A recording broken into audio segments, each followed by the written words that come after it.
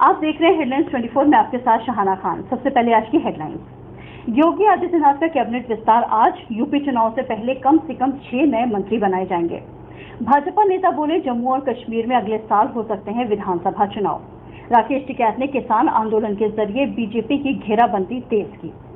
कन्हैया कुमार हो सकते हैं कांग्रेस में शामिल। बीजेपी उत्तर प्रदेश विधानसभा चुनाव निषाद पार्टी के साथ मिलकर लड़ेगी। उत्तर प्रदेश की राजनीति में प्रेशर पॉलिटिक्स का बोलबाला और दक्षिणी ओडिशा और उत्तरी तटीय आंध्र प्रदेश में भारी बारिश की आशंका। ओडिशा सरकार ने चक्रवाती तूफान गुलाब को लेकर चेतावनी जारी की।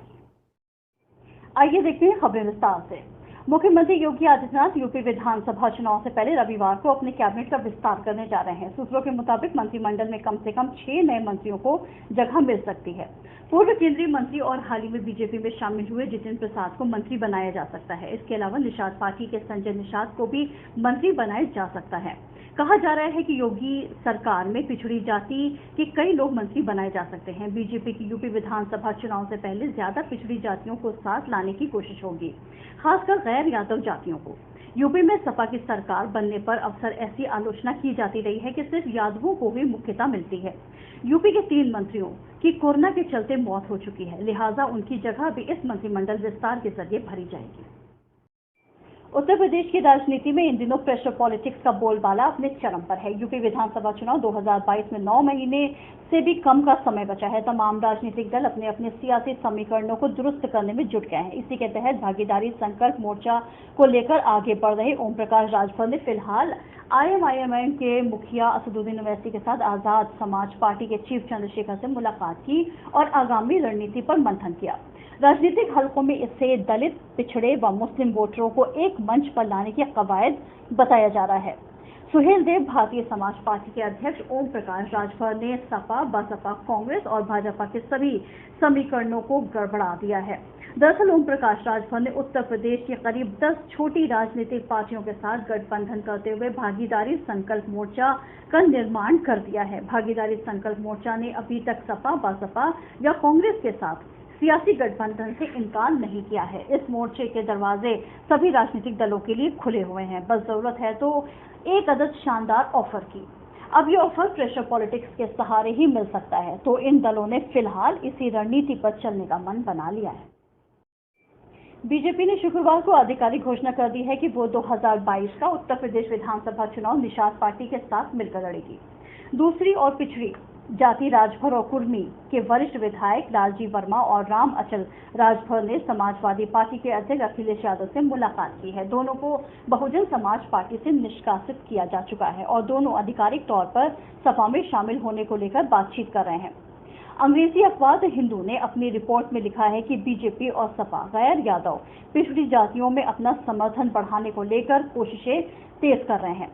बीजेपी के युवा प्रभारी धर्मेंद्र प्रधान ने शुक्रवार को प्रेस कॉन्फ्रेंस की और घोषणा की कि संजय निषाद की निषाद पार्टी और अनुप्रिया पटेल का अपना दल बीजेपी के साथ मिलकर चुनाव लड़ेंगे। ऐसी संभावनाएं लगाई जा रही हैं कि 28 सितंबर को CPI नेता कन्हैया कुमार और गुजरात के से निर्दलीय विधायक जिग्नेश मेवाड़ी कांग्रेस में शामिल हो सकते हैं। अंग्रेजी अखबार द हिंदू अपनी रिपोर्ट में लिखता है कि इस बात को लेकर भी चर्चा है कि चुनावी रणनीतिकार प्रशांत किशोर 2024 के लोकसभा चुनाव से पहले इस तरह से सबसे पुरानी पार्टी को नया रूप देने की कोशिश कर रहे हैं। अखबार लिखता है कि भगत सिंह की जयंती के मौके पर मेवाड़ी और कन्हैया को कांग्रेस के पूर्व मुख्य राहुल गांधी पार्टी में शामिल कराएंगे। हालांकि ये अभी साफ नहीं है कि इन नेताओं को राष्ट्रीय स्तर पर कोई जिम्मेदारी दी जाएगी या नहीं, या सिर्फ इन्हें अपने राज्यों पर ध्यान देने को कहा जाएगा। कम्युनिस्ट पार्टी ऑफ इंडिया की राष्ट्रीय कार्यकारिणी में बिहार के सबसे युवा सदस्य कन्हैया ने इस महीने की शुरुआत में राहुल गांधी से मुलाकात की थी। दूसरी ओर दलित कार्यकर्ता और गुजरात के निर्दलीय विधायक मेवाड़ी भी कांग्रेस नेतृत्व के संपर्क। जम्मू और कश्मीर में भाजपा की प्रांतीय इकाई के अध्यक्ष रविंद्र रैना ने शनिवार को कहा कि केंद्र शासित प्रदेश में अगले साल विधानसभा चुनाव होने की संभावना है। हालांकि उन्होंने ये भी स्पष्ट किया कि विधानसभा चुनाव परिसीमन का काम पूरा होने के बाद ही कराए जाएंगे। रविंद्र रैना ने समाचार एजेंसी PTI से कहा कि आतंकवाद के समर्थक इस केंद्र शासित प्रदेश के लोगों के दुश्मन हैं और उसके साथ कानून के मुताबिक कार्रवाई की जाएगी और कानून सबके लिए बराबर है, चाहे वो सरकारी कर्मचारी हो, राजनेता हो या कोई आम व्यक्ति। भारतीय जनसंघ के नेता और संघ के विचारक रहे पंडित दीनदयाल उपाध्याय की स्मृति में आयोजित के कार्यक्रम के दौरान रविंद्र रैना ने कहा कि परिसीमन पर काम चल रहा है और इसके इस साल के आखिर तक पूरा हो जाने की संभावना है। उत्तर प्रदेश विधानसभा चुनाव से पहले भारतीय किसान यूनियन के राकेश टिकैत ने किसान आंदोलन के जरिए बीजेपी की घेराबंदी तेज कर दी है। शनिवार को योगी सरकार को चेताते हुए राकेश टिकैत ने कहा कि अगर गन्ने के दामों में बढ़ोतरी नहीं की गई तो केंद्र के खिलाफ जारी आंदोलन के साथ साथ राज्य में योगी सरकार के खिलाफ भी मोर्चाबंदी शुरू की जाएगी। तो वहीं दूसरी तरफ बीजेपी भी किसानों को साधने के कवायद में जुट गई है। भाजपा के किसान मोर्चा की ओर से जगह जगह किसान सम्मेलन किए जा रहे हैं। ऐसे में चुनाव से पहले किसान आंदोलन और योगी सरकार आमने सामने हो गए हैं। राकेश टिकैत ने कहा है कि गन्ने का रेट 450 रुपए प्रति क्विंटल से 1 रुपए भी कम मंजूर नहीं किया जाएगा। उन्होंने कहा कि भारतीय जनता पार्टी ने 2017 उत्तर प्रदेश में सत्ता में आने से पहले अपने घोषणा पत्र में ऐलान किया था कि गन्ने का रेट 370 रुपए प्रति क्विंटल कर देंगे, लेकिन जिस हिसाब से महंगाई बढ़ी है उस हिसाब से रेट को भी बढ़ाया जाना चाहिए। उन्होंने कहा कि किसी भी हाल में 450 से रेट कम नहीं होगा। टिकैत ने कहा कि जानकारी लगी है कि यूपी सरकार राज्य में किसानों का रेट बढ़ाने की कोशिश में जुट गई है। ये अच्छी बात है, लेकिन अगर रेट बढ़ाने के नाम पर अगर भरमाने का प्रयास किया तो भारतीय किसान यूनियन प्रदेश भर में आंदोलन करेगी।